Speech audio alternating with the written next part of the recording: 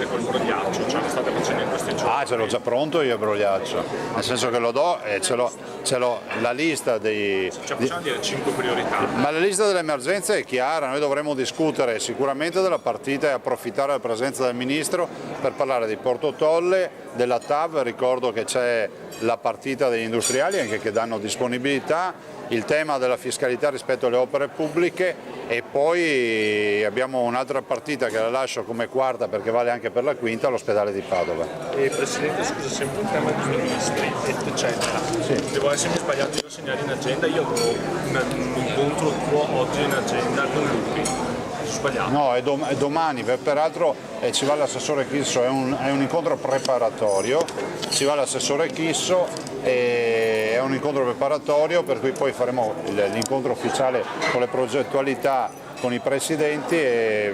basta tutto qua. E volevo dire un'altra roba,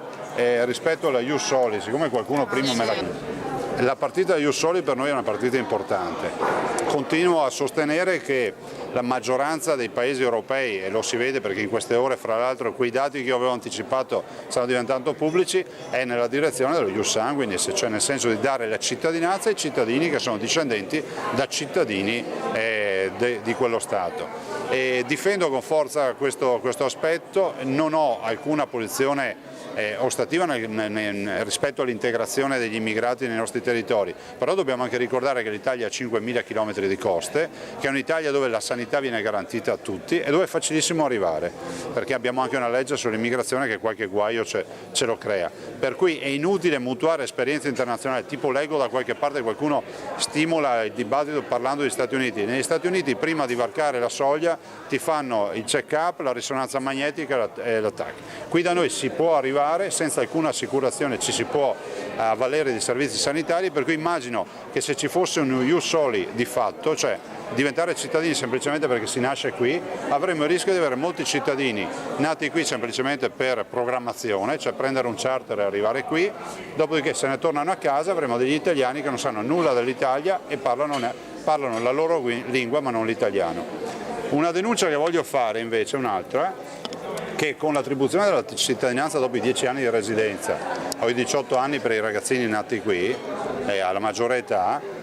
voglio ricordare che l'attribuzione della cittadinanza mi risulta oggi non si faccia più con l'esame di lingua italiana, il che vuol dire, me lo dicono spesso gli operatori, che la richiesta di cittadinanza si traduce spesso in una raccolta di carte con una risposta pressoché sempre positiva, salvo precedenti penali, e che significa che noi stiamo dando sicuramente cittadinanza a cittadini che non sanno neanche l'italiano. In Italia è un tema sicuramente normato bene, però è altrettanto vero che non abbiamo un approccio così restrittivo come ad esempio ce l'hanno gli Stati Uniti, avendo poi noi una difficoltà rispetto agli Stati Uniti, visto che vengono citati come elemento di virtuosità, che noi abbiamo 5.000 km di coste raggiungibili molto spesso con un gommone e non siamo come gli Stati Uniti che hanno di fatto hanno una vera e propria cortina a difesa dei loro confini.